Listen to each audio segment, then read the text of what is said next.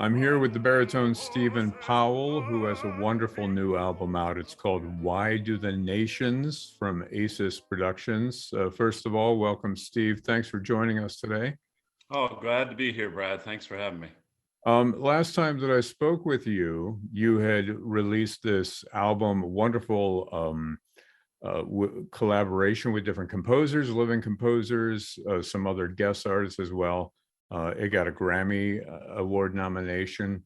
And this time around, instead of collaborating with other artists, you're collaborating with yourself, right? This is a one-man show.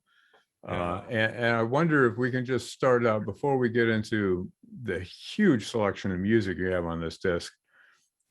Talk a little bit about what it was like playing piano for yourself. I mean, you're an awfully good pianist. I mean, how did that idea come about? Well, thanks. I entered Northwestern as a piano major back in 1982. Wow. And I quickly discovered that I really wasn't cut out to be a solo artist.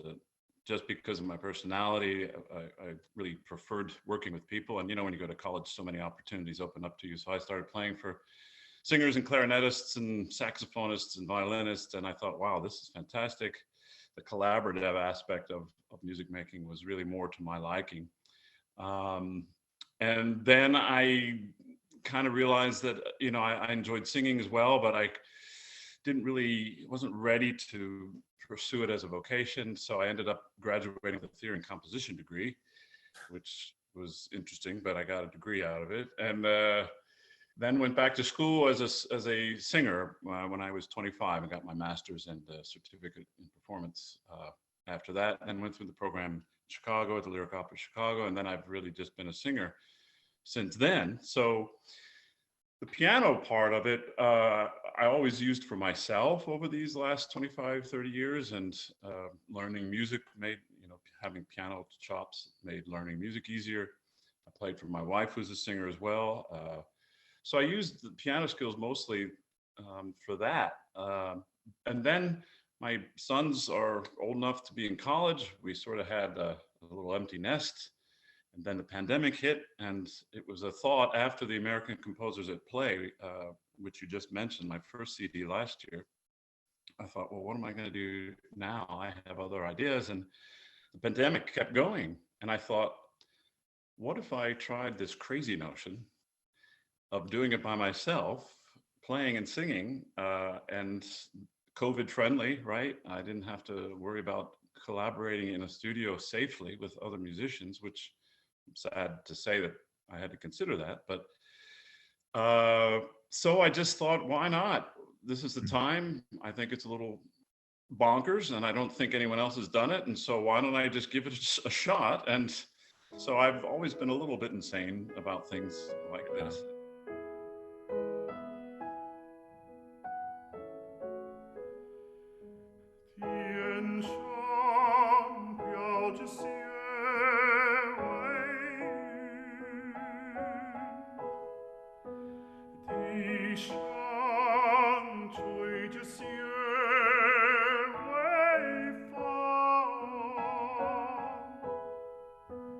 It's 27 art songs from 11 different nations, right? Yes. And most singers, are expected, opera singers anyway, are expected to know their French, their German, their Russian, a little Spanish, what have you. But you're also singing songs from Korea, from Japan, from China. I mean, did you have to learn those languages or work on those languages for this album? What was your experience there? Yes, I did have to learn them. I had never sung in those before. Also, Portuguese was a fourth one I'd never sung in before. Um, the notion behind the album, the concept being that the nations I chose songs from which to sing were those that have contributed the most to the world over the last 150, 200 years, both in a good way and a bad way. Those, as you mentioned, China, Japan, Korea, Brazil is the Portuguese one I chose, and then Russia, Spain, France, Germany, Italy, United States, United Kingdom. in the economic world and over the last couple centuries of driving the economy through things that aren't so nice, like slave trade and depletion of the environment and other things, while at the same time contributing some of the greatest art and music to the world. So the dichotomy sort of caught me, and I thought, what is it about us, nations specifically, that has such wonderful things to offer? We have such capacity for beauty, and yet, while at the same time we destroy so many things that are already there in the pursuit of power and control. And so the nations I chose were those that, again, contributed a bit to where we are now, but also have the power and the place and standing in the world to change it and to do things together, if we would work together to save the planet, essentially, because I think that's kind of where we are at this point. So Yeah. long story short, that's why I chose those countries. I chose the composers from each country that I thought were the greatest representations. I wanted to choose, again, stories and texts that made sense to the concept of the album, which is that we're all the same. We're all human beings, no matter where we come from, what language we speak, what we look like. We all have the same desires, the same hopes, the same dreams for our children, for our own lives. Most people just get up in the morning and they want to just take care of their family. And it doesn't matter where you're from. So those stories and the texts are about everyday people that any culture and any nation and anybody can relate to. And that's how I came to choose those particular songs. Yeah. And your question about the 4 that I'd never sung in before, I wanted to include those because of their standing in the world. But it was quite a challenge. I had to really seek out colleagues who were native speakers in all those 4 languages to assist me, coaches, and help me choose the songs that I chose as well. So I was very lucky to have that kind of collaboration with those people. And I hope, my biggest worry was that the Chinese listeners could understand my Chinese. I was a little bit too nervous about that, but I think it came out all right. Well, I don't speak Chinese myself, so I can't vouch for that, but it sounds good. I was going to say, you make it sound so easy, oh, I just decided to do songs in Chinese and Korean and Portuguese and what have you, but there's a lot of work that went into this album. Yeah, there was a lot of preparation, a lot of, it's sort of multifaceted. Part of it was I had to choose songs because I was playing a piano that weren't just, boom chick, 1, 4, 5 chords that right. I could represent myself in a fairly professional manner as a pianist and say, oh, actually he can really play. So I had to try to find some pieces where the piano parts were difficult, and I did, and there were quite a few that really were. How did that work technically? Like with you, did you record the piano part, and then, because I've seen a picture of you like with the headphones at the piano, how did you pull it off? Well, originally I was thinking about doing most of them at the same time, but my engineer and producer, for technical purposes and engineering and recording purposes, said, it would be better if we could do these separately. There'd be a lot of bleed over if I was trying to sing at the keyboard with a mic, as well as then the mics on the piano. And for recording and technical purposes, much easier to do the other way. But that, of course, left me the other difficulty of then singing to pre-recorded tracks. And so what I did was lay down the piano tracks first, and of course had to do them in such a way that I was comfortable singing, and basically making the choice musically when I played the piano how the song was going to go. And then we had a day of editing where they put the piano tracks together in the best way they could, and then the next 3 days we recorded all the vocal tracks over top of the piano. So that's how we did it technically. It was a recording project. I probably never present this as a recital from the piano. The pieces, they wouldn't do justice to the text and the character unless I was out in front of the piano and really, interpreting that way. Well, that answers my next question. If you would take any of these songs on the road and play the piano as well. But I was looking at them. I would say about 2/3 of them I probably could do at the same time, and the other third just too hard.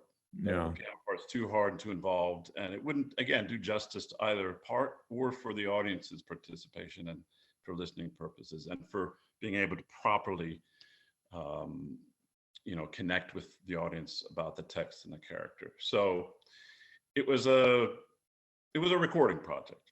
Yeah. Yeah. Well, it's beautiful. Um, let's talk about the title of the album a little bit. Why Do the Nations? That's sort of an unfinished sentence. I Yeah, assume that's on purpose. right. How would you finish that sentence? The first thing that comes to mind, of course, is Handel's Messiah, his setting of that psalm. Why do the nations rage so Yes. furiously together?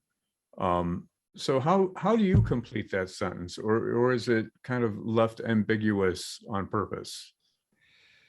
Well, it's both of those things. You're correct that it came from the "Why Do the Nations So Furiously Rage Together," the text from the bass aria from the Messiah, and that's something I've sung a lot, that of the Messiah, in my career. So that came to mind when I was thinking of formulating these songs and trying to present them conceptually that would make in a way that would make sense. Um, and that really came into my mind as the real question. Why do we do what we do over and over again? And I'm a history buff. I love history, and so it's partly a historical perspective I'm trying to present, that say, look, this is what happened. These are the countries that did what they did, and now they're the countries that can change and do something different. So it's really is an open-ended question. It's related to the psalm, of course. It's the first two. The psalm ends in a different manner, but I took it from the first two phrases. Why do the nations so furiously rage together? And why do the people imagine a vain thing? Yeah. And the other concept was that one person, me doing piano and voice together, can do something in the world, can change, can make change, can implement change, can help others to perhaps inspire them to do something, any small things in their own life. And that's what it really takes for change to happen. We can't wait for all the leaders of the 195 countries or whatever there are in the world to do it. We all have to do something in our own lives, even if it's, talk to our neighbor who we don't agree with politically, and form some kind of a bond in a way that moves us forward in a positive manner. Anything that we take the initiative to do. So part of it is we can't wait for nations to do it. We have to do it. And anybody can do something small in their own life. But what is the purpose of music and art in achieving that kind of goal? I mean, is it just a way of getting people to think about these issues and enjoy the music? Because there's a lot of music discovery involved here.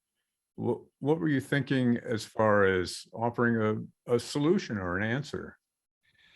Yeah, I think it's through music, as you know, and most people, that's the universal language, people say, right? So oftentimes, whether you know what's being said, especially if you go to an opera and it's in a foreign language, you can still be moved by the music.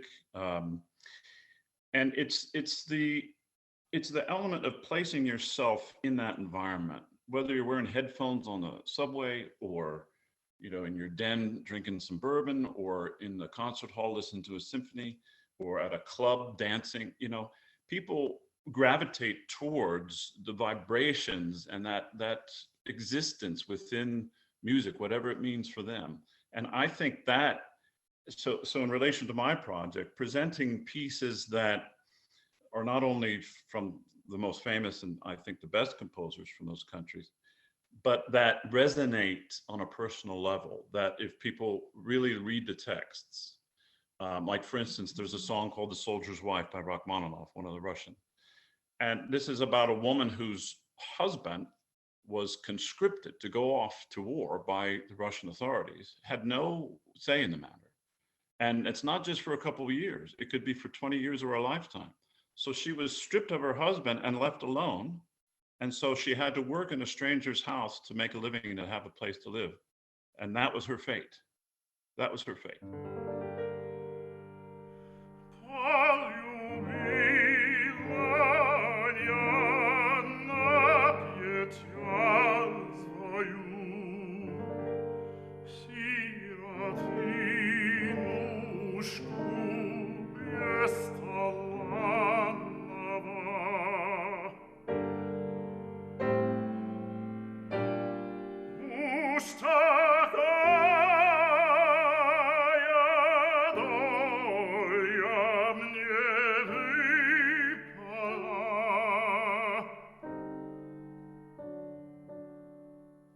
Now, I don't think that every country can relate exactly to that situation, but as a human being, you could say, holy cow, that is horrendous. That shouldn't be allowed to happen.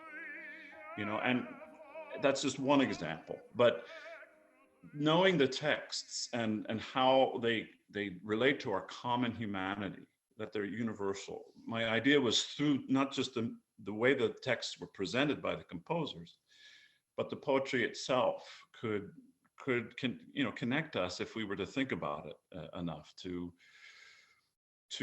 realize that, golly, maybe in my daily life I shouldn't just judge that person in the Starbucks line because they're making me late. Maybe there's something going on in their life, and maybe I should just take a step back, even if it's something as small as that. It contributes to the overall well-being of people in general. And I know that's like a tall order, and I don't expect my little project to change the world, but it was I think using my abilities as an artist, this was how I felt like I could do something that might make a difference. Yeah.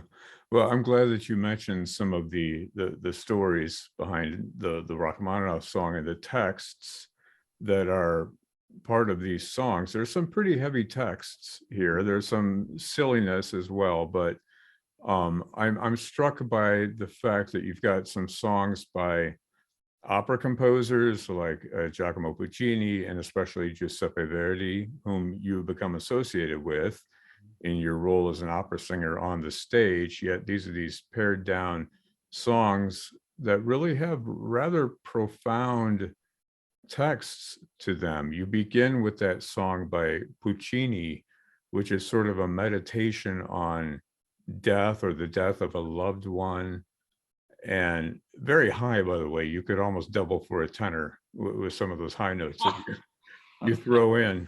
I took it down actually from the tenor. Yeah. Oh, wow. And the Verdi songs, the two songs about the woman who's seduced and then abandoned, and then the really heartbreaking song Il Poveretto, about the poor man who is homeless now after having served his country. And I mean, there's so much there. Can you talk a little bit about the poetry and some of the songs that kind of stand out to you as far as the poems are concerned? Well, you picked some of the strongest ones, the ones that had the unpleasant stories, but ones again that unfortunately 150 years later or so are still present in our lives. That the one you just mentioned, Il Poveretto, about the soldier who's begging for food and money on the street, who spent his entire life serving his country. That's still happening today in our country, the richest one in the world. How is that possible? How have we not solved this issue? Yeah. After almost 200 years, it's still happening. Same thing with the seduction. Who hasn't heard about a poor young woman taken advantage of, impregnated, and then the guy runs off and leaves her to her own devices? And back then, there were no choices for a young woman like that. They were basically scarred for life.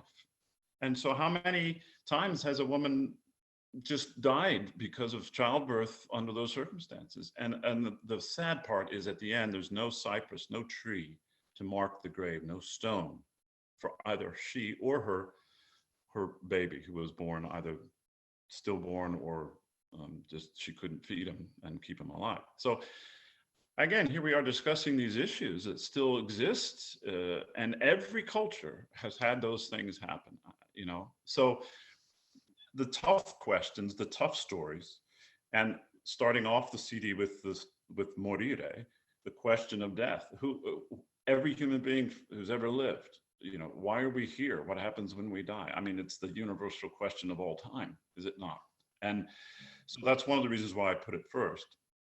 But then, of course, there's a lighter fare like Die Forelle by Schubert. It's about a fish, a guy Yeah. fishing.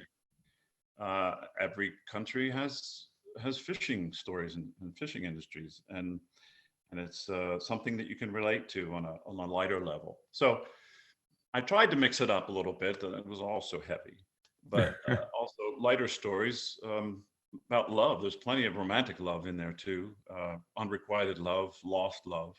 Again, something that everyone can relate.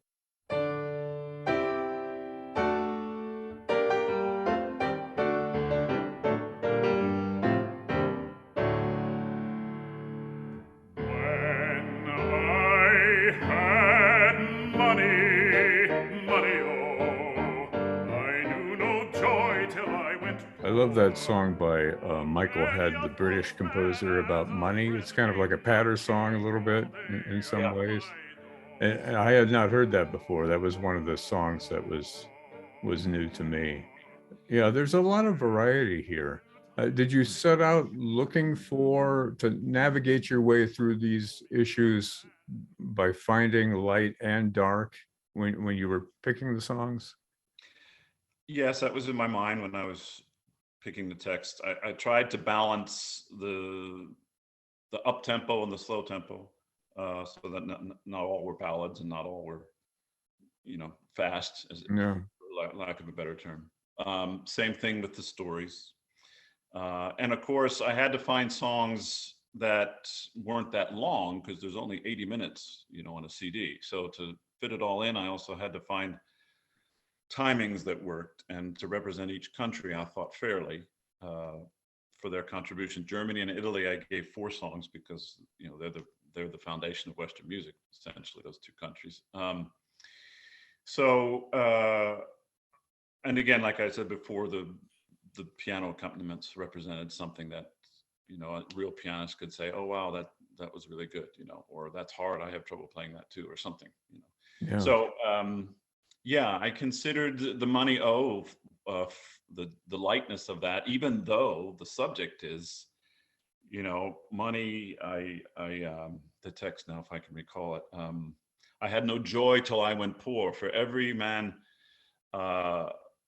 false man came knocking at my door. So here's a guy, who wishes he was poor again because now everybody just wants him for his money. Yeah. And Right. so I can't necessarily relate to that story in my own life per se, but I can see it happening. Money changes people. So, and that's still happening. So yeah, I tried to juxtapose the 2 Britons I chose. One very light about the brisk young widow, a village story again, which I think a lot of cultures could have experienced, and then the heavier one from the William Blake songs, Every Night and Every Morn. So Yeah. yeah, I tried to balance it as best I could. Then there's hundreds of songs, of course, I could have chosen that I didn't. So maybe someone else can take over and do others. Or you can do a second volume Yeah, of maybe. songs. Yeah, we'll wait for that. You save America for the end. You've got these 3 magnificent American composers, Samuel Barber, Aaron Copland, and Charles Ives. And really, the 3 of them are nothing alike as far as their musical language is concerned. But you go from kind of the comforting, familiar tone world of Aaron Copland into this absolutely gripping Charles Ives song that was written 100 years ago.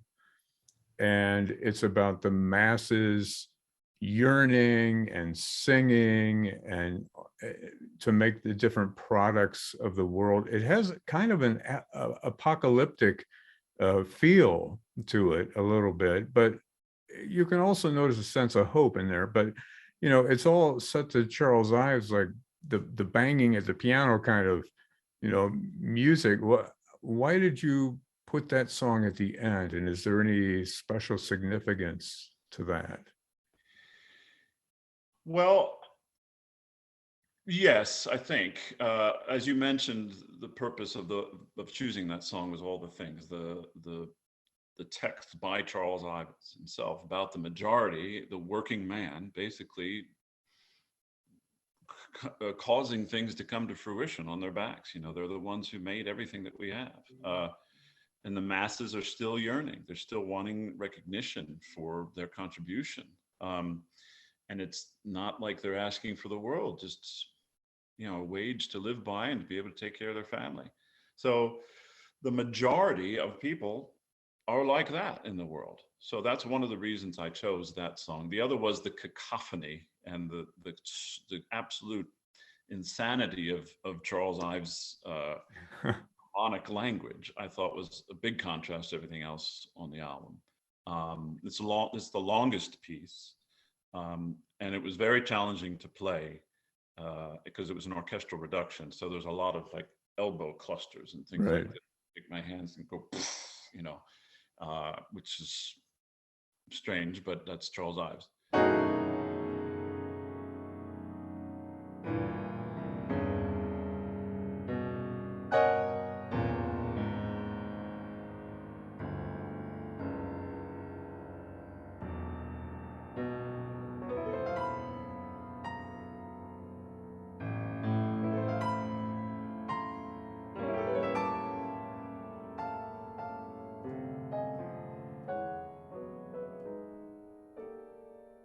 But also the message at the end, God is in his heaven, all is well with the world. I thought that was a nice way to, even though we're not there yet and we have a lot of work to do, you know, that is the possible end, that all can be well. So I thought the other thing with the title as majority, meaning that this is the way most people have lived and most people continue to live. The vast majority of people are working people. So it's their work that has brought the great things in our cultures to life. So also just a recognition of that, of those people in the world that don't often get recognized for their contribution. Yeah. Do you think things will change with time? You think things are going to get better as far as the issues that you're raising with this music? Well, of course, I'd love to think so, Brad. But I also I'm fairly practical at my age, seeing and you think, well, people don't really change much. And the only thing that really, I think, causes a large shift is when our backs are against the wall or something affects people on a very personal level. Mm-hmm. And I think we're getting to that kind of a shift. I think there's some looming problems that may not have any other solution than a massive shift in our consciousness and the way we see the world and the way we live our lives, whether it's environmental or economic. I hope it doesn't take some kind of huge tragedy to drive us forward to that, but I'd prefer to be 51% hopeful and 49% pragmatic. But you know, human beings, it's sad to say when you see the news and you hear things every day, like, wow, we haven't really evolved that much. Yeah. I can't believe we're still facing some of the same things we faced 200 years ago. And that's part of the reason I did the album. Like, come on, why do we do this? Come on, you know, we can be better. Yeah, absolutely. Well, and as you said, it's a very intimate, personal experience to sit down and listen to this music and read the text and enjoy your fantastic interpretations. I think your voice is just absolutely pitch perfect for all the songs that are on this recording. It's a wonderful album, and I would urge anybody to absolutely go listen to it. A real voyage of discovery and thought. It makes you think. You know, it's not often that you have a recording that makes you sit and think for a while. In fact, I'll probably go back to it when we're done here. But where do folks find this recording? It's from Aces Productions, but can they find it at all the usual places? Yeah, it's out on all the usual streaming and downloading platforms: Amazon, iTunes, Spotify, and the hard copies, if people want some, I'm hoping that they'll go to my website, which is stephenpowell.us. And I'm mailing out, I have the options for some autographed CDs if people would like that. And that's also a way to, give straight back to the artists involved in the production. Oftentimes the streaming services, or the larger corporations like Amazon and iTunes, we don't get a whole lot in royalties or otherwise.